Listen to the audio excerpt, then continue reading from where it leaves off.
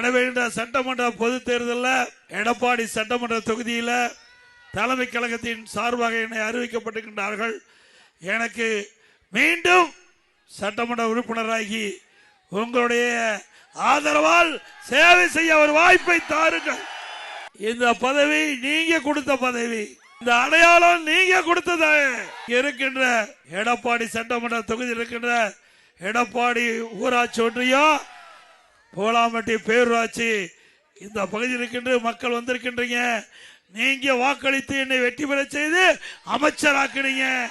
பிறகு முதலமைச்சர் என்ற ஒரு பெரிய பதவியை உங்களால் பிறகு பிரதான எதிர்கட்சி தலைவர் மிகப்பெரிய அந்தஸ்தை கொடுத்தீங்க.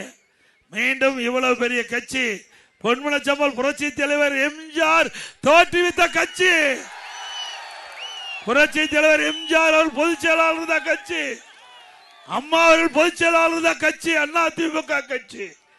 இந்த அனைத்து இந்திய அண்ணா திராவிட முன்னேற்ற கழக கட்சிக்கு பொதுச் செயலாளர் என்ற உயர்ந்த அடையாளத்தை கொடுத்தவர்கள்